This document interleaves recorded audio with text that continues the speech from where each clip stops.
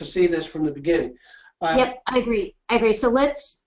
I may not say all the same things, but well, hi, Jacqueline, and hello to all of you watching today. We are delighted that you've joined us today to gain some new, hopefully, information, improve your or increase your awareness about eating disorders and what we can do to help someone who's caught up in an eating disorder.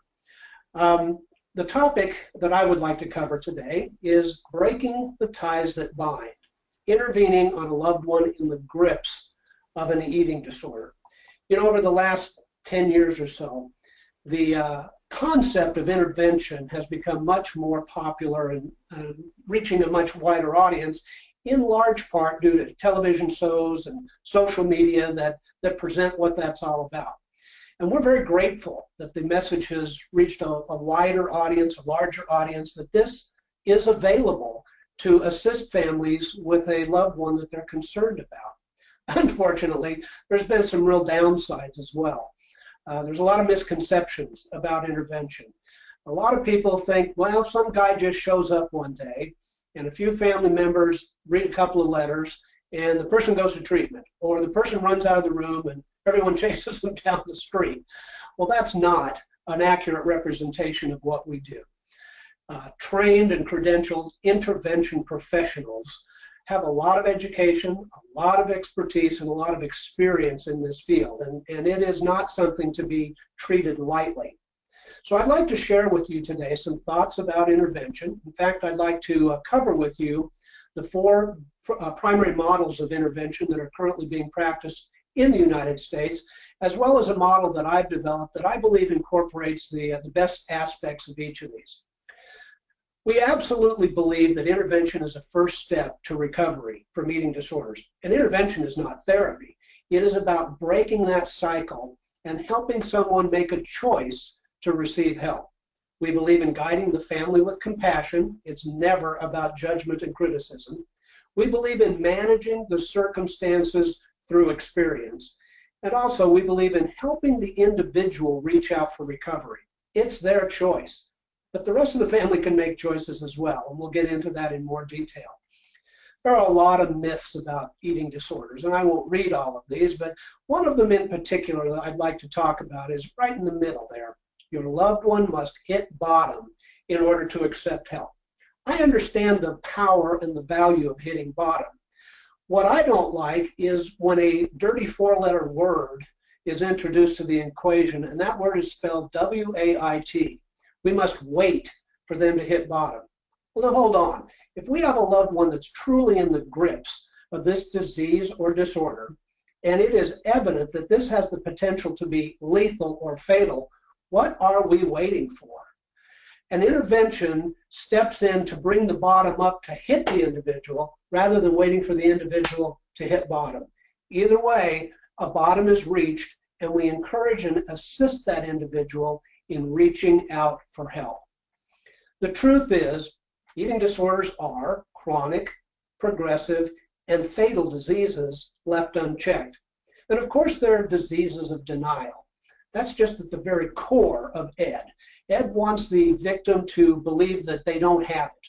You know, we often say that these diseases are the only diseases on earth that tell their victims they don't have it. And intervention is a starting point for change. So I'd like to share with you a little bit about what we believe eating disorders are all about. We believe they are bio, psycho, social, spiritual diseases or disorders. If you're uncomfortable with the word disease, use the word disorder. I'm okay with either. What matters to me is getting that individual some help. At the biological level, the disease or disorder is primarily neurological. Now, of course, there's a lot of physiological damage going on, but the actual disease process, the disorder, is neurological, and that's got to be addressed in treatment. Then there's the psychological aspect, all the bizarre behaviors that accompany an eating disorder. There's the social side. Often people in the grips of these diseases withdraw, isolate, and pull away from the most meaningful people in their lives, and they begin to associate with other people who do the same thing they do. And of course, there's a spiritual aspect. I'm not referring to religion per se. I'm talking about the mind-body connection. I'm talking about who we are on the inside, our values, our morals, and so forth. All of that gets impacted. So eating disorders are not like a head cold. Give it a couple of weeks and it'll run its course. It's not like a broken bone. Put a cast on it and in 6 weeks it's good as new. These diseases are monsters, and they attach themselves to a person at all of these levels, and all of these levels need to be looked at.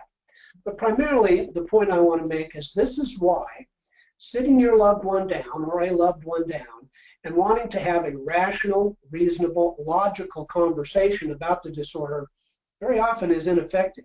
Why? Well, that individual is in the grips of an illogical, unreasonable, irrational disease or disorder. It does take a different approach. So as I mentioned, there are different intervention protocols currently being practiced throughout the country, and I'd like to introduce you to 4 of them. The first is called ARISE. That's an acronym for a Relational Intervention Sequence for Engagement. The second there you'll see is the Family Systems, which is an educational seminar. Both of these approaches are invitational. In other words, there's no surprise. From the very beginning, the affected individual is invited to be part of the process. There are a couple of other models that are non-invitational. The Nouthetic model, which is biblical and confrontational, and the Johnson Institute model, which is the model that most people are familiar with. This is the model where the individual is asked to come to a meeting, they're unaware of what they're walking into, and the family is together to share their love, care, and concern. So I'd like to spend a little bit of time on all 4 of these models, and then talk about that model that I've developed, which I believe takes advantage of the best of each of these models. The ARISE system, as I mentioned, is invitational, and it typically happens in 3 stages. And it is based on these 7 primary assumptions. And I'll let you read through those on your own. But what's most important, I believe, is point number 4. The practitioners of the ARISE model believe that families are more powerful than treaters in affecting change due to the inherent dynamics within the family system. Stage 1 is that first call. This is where someone contacts the interventionist and says, we've got a problem. Our loved one needs help and is refusing that help. What do we do? And so that person is referred to as the CO, or the concerned other. The interventionist guides that caller into some processes and steps that they're about to take and asks them to reach out to the most important people in their loved one's life to create what is referred to as the intervention network. And an initial meeting is scheduled with that intervention network. And very importantly, under this model, the identified patient, the individual caught up in the disease, is invited to attend that very first meeting. So there's no surprise. Stage 2 is a series of intervention network meetings. Motivational strategies are developed. There may be as many as 5 of these meetings, and each time the identified patient, the afflicted individual, is invited to attend, and the team is talking about treatment, That's the whole purpose of these meetings. So there may be as many as 5 of these meetings. If by the end of these meetings, the identified patient has not accepted the offer for help, then a formal Johnson Institute model is facilitated. The IP has been given a number of opportunities to engage in treatment, and so the team then steps in to present their choices regarding this individual's decision not to seek help. If you'd like to learn more about the ARISE model, I encourage you to read the book Invitational Intervention, a step-by-step guide for clinicians by Drs. Judith Landau and James Gareth. Dr. Landau is a personal friend, and I think the world of her. You'll get a lot out of reading her materials. Next is the Family Systems model. Again, it's invitational. The identified patient and the family are invited to be part of this from the very outside. The difference is this is an educational model, often carried out over a 2-day period.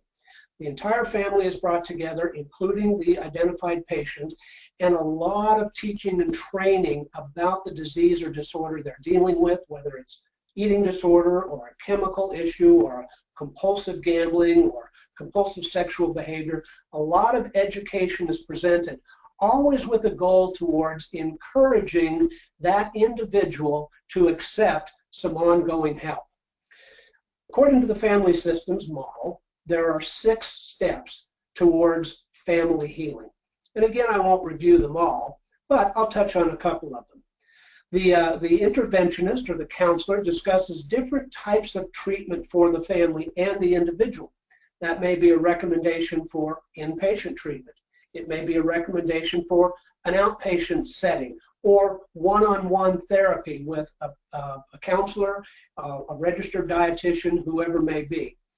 Typically, a 6-month to 1-year treatment plan is created during the seminar and then implemented.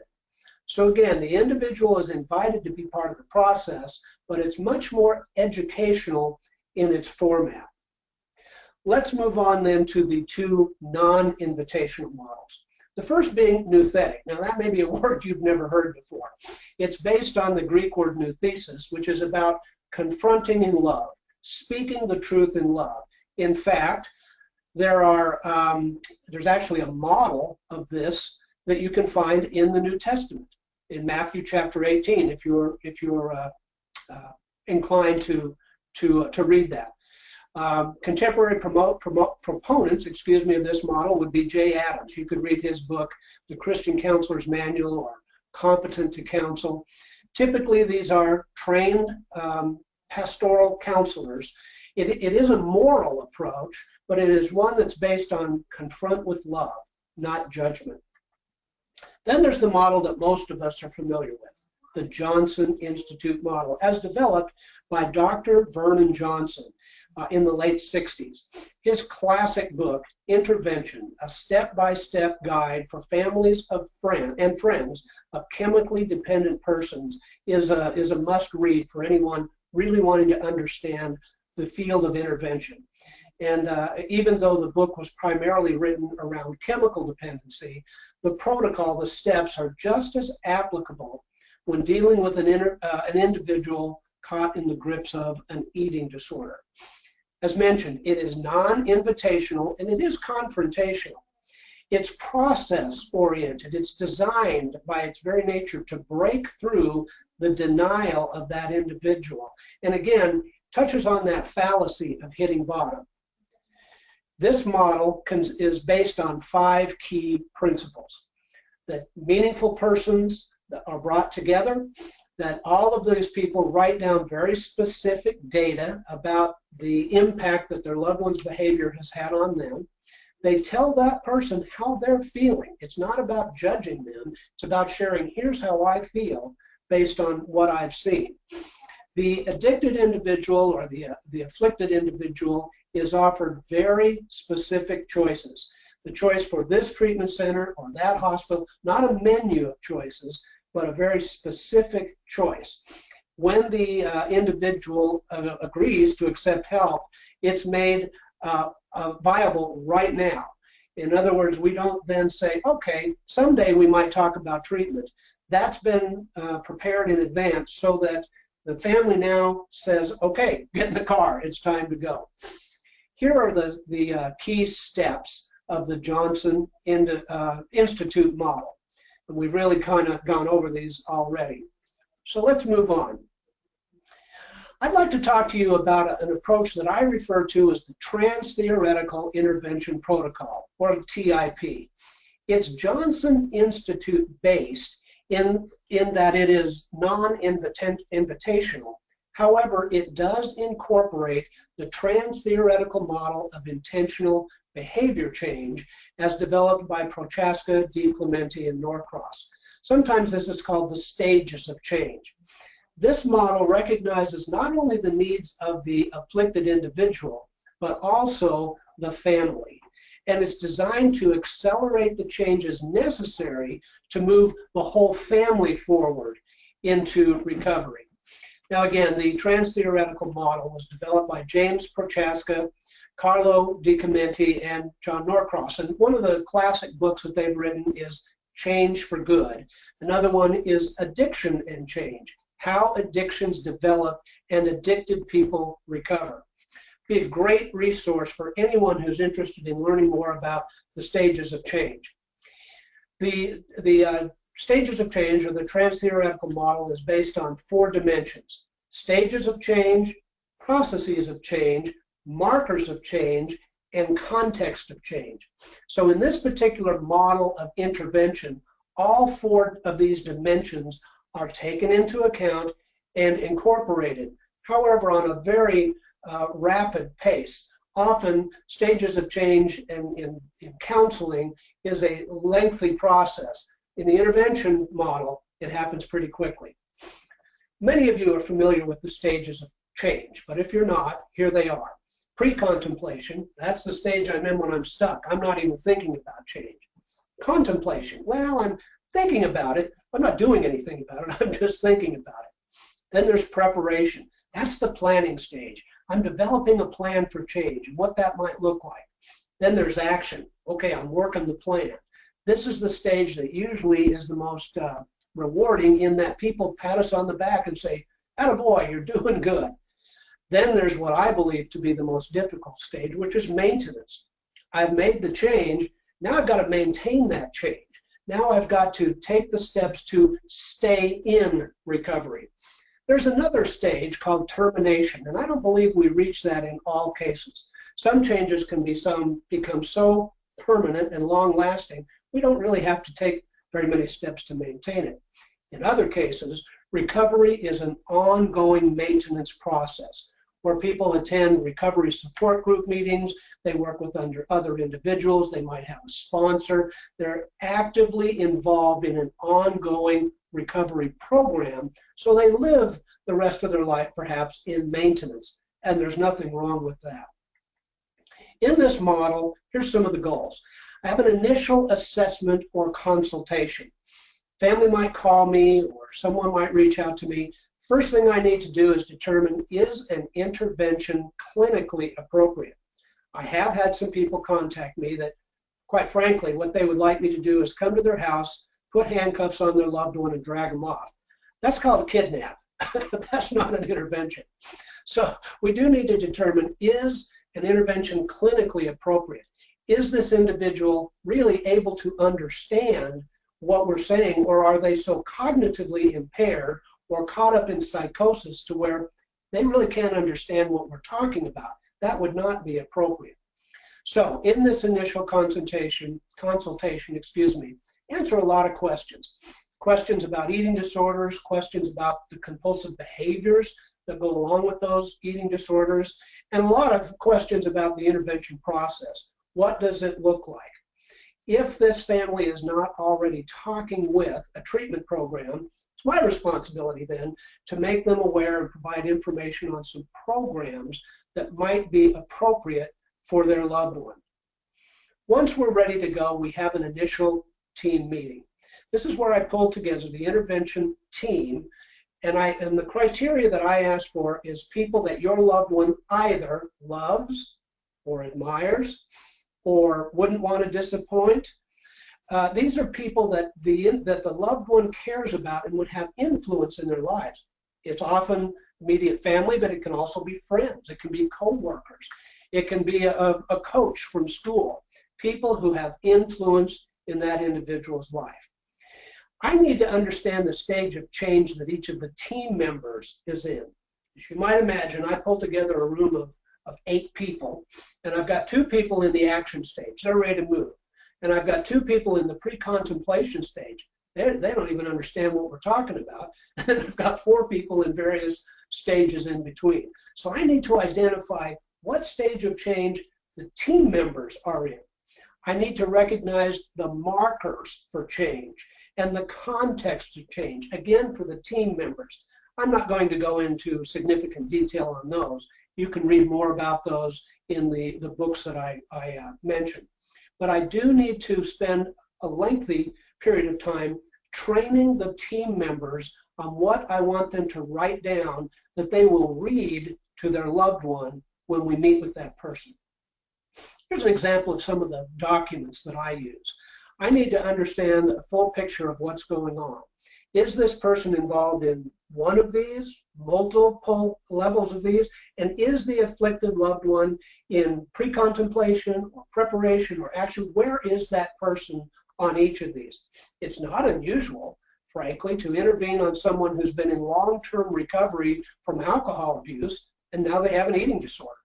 So coming at them as though the alcohol needs to be addressed isn't the issue, it's the eating disorder. So I need to understand what's going on, and the team members are the ones that can provide me with that data. Moving on. I need to do an evaluation of each team member. So I will jot down their name, I'll jot down their relationship to the individual or the identified patient. I want to know who's who, and I'm going to ask them for their awareness of what's going on. In some cases, people have intimate awareness of the details. And in other cases, well, it's more secondhand. Well, here's what I've heard. That doesn't rule them out as being a team member if they've got influence and impact in that individual's life. But I need to really understand this team, and that's where those stages of change are really, really critical. Now, once everyone has gathered, I'm going to train them on a letter that I want them to write to their loved one. And as you can see here, it's a three-part letter. Section 1 is affirmation of love. I encourage them to use specific instances. Hey, remember that time that we were together and we had all this fun and how much we cared about each other? Very specific instances to affirm them. Secondly, they need to present their reality. This is about, I'm concerned. Here's what I'm seeing, and about that I feel. Here's what I heard, and here's what I feel about that. And then finally, section 3, that's the tough one. It's the consequences, not punishment. Consequences for choosing against engagement in treatment. The natural consequences of the identified patient's choices. Intervention is about choices and consequences. It is not about coercion. It is not about judgment and condemnation. It is about choices and consequences. If you've been around someone caught up in an eating disorder, you've probably noticed that frequently they want to make choices and let everyone else live with the consequences. Well, that's part of what has to change. We have to be able to say to our loved one, I love you enough to give you the consequences of your choices. So that letter is very, very critical. Once that is complete, we're ready to do a rehearsal. We're going to rehearse the intervention just as though the loved one was there. We will rehearse that person's entrance. We will rehearse seating arrangements.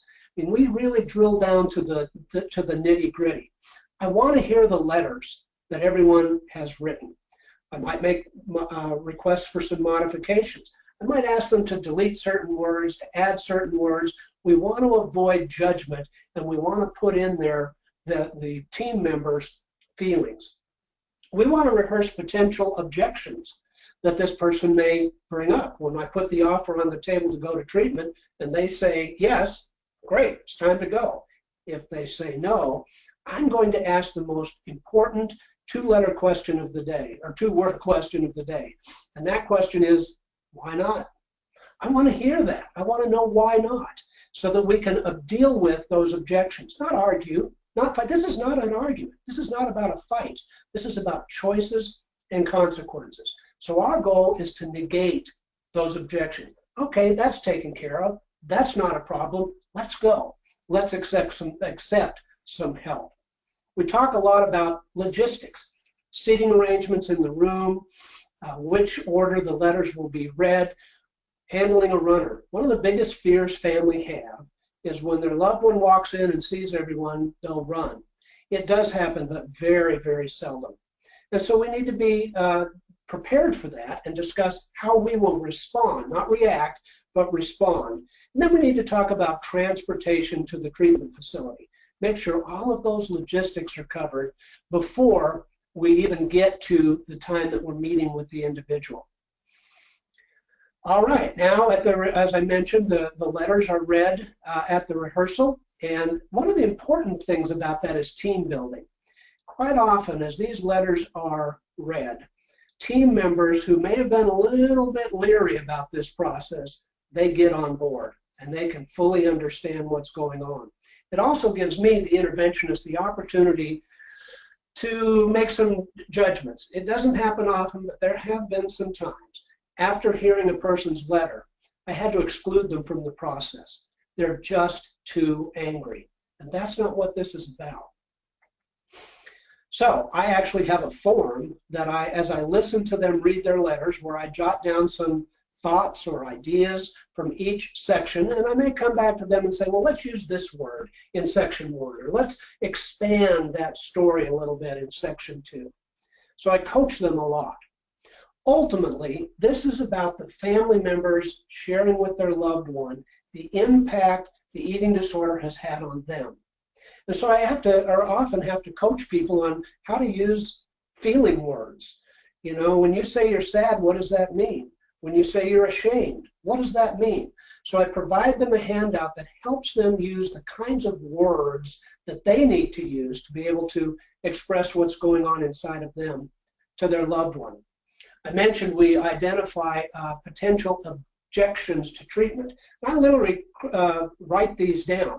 I want to hear from the family member. How might your loved one say, or what might their objections be if they say no? We want to rehearse and be ready how we're going to overcome those. In some cases, I'm going to speak to the objection. In other cases, it may require a family member to step in. If the reason they're not willing to go to treatment is who will take care of the dog, well, I can't, but a family member can. So depending on what those objections might be, we rehearse and we prepare for how to respond to them. Again, at the rehearsal, there's some more logistics that we need to cover. We've already gone over some of that. Now it's time for the actual intervention. Once we are ready, now it's time to invite the loved one into the process. So I'm going to have the team members read sections 1 and 2 only of their letter, each person. I'm going to ask the loved one to sit down and allow each person to share their hearts, and they're going to read, and I mean read, not talk off the top of their head, read sections 1 and 2 of the letter. At that point, I'm going to put the offer for treatment on the table. Whatever the family has decided they'll support, whether that's residential treatment or outpatient treatment, this is what your family will support. And I'll give some information about that treatment program if needed, answer questions the individual may have. And again, I'm going to ask that important 2-word questions if they say no. And we're going to move into overcoming those objections. And throughout that, I continue to put the offer on the table. Well, that's not an issue. Are you ready to go? Well, we've taken care of that. Are you ready to go? But again, ladies and gentlemen, this is ultimately that person's choice. And if they make a choice not to accept help, then they need to understand the choices their family is making and the new boundaries they're going to put in place, the changes they're going to have to make in the relationship in order to support wellness and recovery. It is about sending this message to the loved one. We love you, and we will support wellness and recovery. And right now, that means you engage in this program. And we will support you in any way that we can on an ongoing basis for recovery. And here's the tough one, and we won't support anything else. So the individual needs to understand that their choice does have consequences. So we talked about overcoming objections. The one thing I want to point out here is we're going to avoid fighting. This is not about a fight. This is not about who has the loudest voice. This is about choices and consequences. And even if the afflicted individual wants to fight, we're not going to go there. We are not going to fight with this individual. We're going to present the truth. Now, when the individual chooses treatment, here's what needs to take place. Primarily, it's transportation to the treatment facility. A bag has been packed in advance. The treatment facility is on board. The person has been approved for admission. Now it's time to go. So this may be an automobile ride, maybe a plane ride. We need to make sure that the right persons are there. In fact, I insist that a family member accompanies their loved one all the way to the treatment center. Now, I may go, I may not. It depends on the circumstances. But I insist on a family member who is present at the intervention to accompany their loved one all the way through to the treatment program. And those individuals need to be coached. So I will have spent quite a bit of time with the family members who are accompanying their loved one, coaching them on what do you do during this trip. It's about being their cheerleader. It's about being their support. It's not about criticism and judgment. It's not about threats. So I spend a lot of time coaching the family members who will accompany. But what if they say no? Ultimately and finally, they dig their heels in and say, absolutely not. Well, then it's time for them to hear section 3 of their letters. The part that says, well, since you've made that choice, here are my choices. And each time I'm coming back to the individual saying, is that really the life you want to have with your family? Or are you ready to go to treatment? But ultimately, I'm going to respect their choice. And if they refuse to go, then okay. When they choose treatment, my work with the family is not over. While their loved one is in treatment, I continue to support the family through coaching, through guidance, helping them understand what's going on in treatment. If I can get on the release at the treatment center, I can get regular updates from that team on how their loved one is doing, and I can provide that ongoing service to the family. But I also have an obligation to the family when their loved one chooses not to go to treatment. I want to help them process through their feelings. I don't just leave. Now it's time to sit down with the family after the loved one has said no and left and do some coaching, some guidance, and support for the family. This team's got to remain united. Statistics show us that over 80% of the time, the individual chooses treatment the day of the intervention. Of the 20% that don't, well over half will go to treatment in a relatively short period of time, providing the family stays united in the consequences and boundaries they put in place at the intervention. There is a small percentage that it's going to take something else, and it's heartbreaking, but under these circumstances, the odds are certainly in our favor of getting that person the help that they need. So my job is to continue then to support the family in maintaining those healthy boundaries. So what are the benefits? Number one, the obvious. The loved one accepts the gift of life, which is treatment. But eating disorders breed chaos. Families are torn apart by these. It's not just the individual. The intervention process brings divided families together to create a united and unifying team. Truly, the conflict with that family can be eliminated or significantly reduced if they'll come together and stay united. So it's really more than just that individual. I believe this firmly. An intervention is always successful if the afflicted individual goes to treatment and the family continues to get help for themselves. While their loved one is in treatment, the family needs to do some work. They may need to see a therapist. They may need to participate in a 12-step program. They need to do some work as well, so that when their loved one comes home, they're not coming home to the exact same situation and scenario. It's about family recovery. Let me conclude with a little story. Once upon a time, I was called in to do an intervention for a young woman with an eating disorder. And what had happened was the family had just kind of ignored it and denied it for years and years and years until this woman had a daughter. And when this daughter was, as I recall, about 7 years old, the mother began to restrict the food intake for the daughter. And the family realized this is way, way out of control. So they called me in. We did a lot of work in advance by phone and email. I flew into their town on a Friday night. We spent all day together on Saturday doing the training, doing the preparation. We met again Sunday morning to do the rehearsal. And then Sunday afternoon, she had been invited over to her parents' home. She arrived, and there we were. We were ready to present this offer for treatment. And of course, well, I shouldn't say of course, but as you may imagine, she didn't think she needed help. So as the family dynamics began to shift and she could no longer pick them apart, she could no longer divide and conquer, the family unit came together. She recognized, okay, I'm going to have to accept some help. So the same day we were on a plane, we flew to another state. She engaged in a treatment program. She was there, as I recall, about 75 days. And I'm delighted to report that the last time I talked to the family, not only is she doing well, but the family is doing well also. In fact, this is one of those rare occasions where the individual called me later and said thank you. As you can imagine, I'm not the most popular guy the day of the intervention, but when they get well, as they recover, they are able to embrace recovery and things really do change. Here's a few references for some materials that you may want to look at to further study this, or how you might contact me. I'd be happy to discuss the services that we provide. I'd be happy to answer questions. There's no obligation whatsoever. So give me a call, shoot me an email. I would be absolutely delighted. My phone number, 480-213-4950. Thank you again for the opportunity to spend some time with you today, and I hope this has been helpful for you.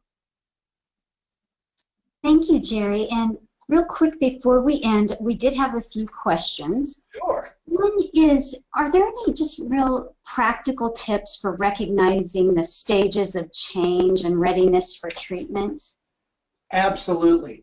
If you've got a loved one that is caught up in this disorder, and you're recognizing some of the telltale signs, the restricting, the binging, the purging, the compulsive exercise, the physiological changes, and you go to your loved one and express that you're concerned and they are in total denial, you've probably got a pre-contemplator on your hands, perhaps contemplator. And so to try at that point to confront them boldly and courageously probably isn't going to work. Rather, it is time to pull together and get the training and the education that you need to help that individual recognize that they too need to work their way through these stages of change. If, on the other hand, you approach them and they say, well, why didn't you come to me sooner? Let's go. Well, they're in the action stage. You certainly don't need me. Now it's time to get them some help. Excellent. Thank you. Great answer. And then the last question was, what about when there's been a negative intervention experience beforehand? Is it possible to try it again? It is. I've done several just like that the first intervention wasn't handled well. The person became very angry. That is why I spend the amount of time on the front end with the family, so that when we do meet with their loved one, we can help them understand we're not here to judge, we're not here to criticize, we are not here to beat you up. We're here because we love you and we want to support wellness and recovery. So that preparation on the front end is absolutely crucial. We don't just show up and, well, let's try it again. That approach doesn't work. That makes sense. Jerry, this was an outstanding presentation. I learned so much, and I know the audience will have some additional questions that we weren't able to address yet, and I will forward those to you. Fabulous. And I also want to remind our attendees to take a look at the wonderful 4 handouts that Jerry provided. You'll see these in the lower section of your screen in the right-hand corner. And these are useful to better understand intervention and also more about Jerry and how to reach him. Thank you for your time, Jerry. My pleasure. Thanks, Jacqueline. Bye-bye, everyone. Bye, Jerry.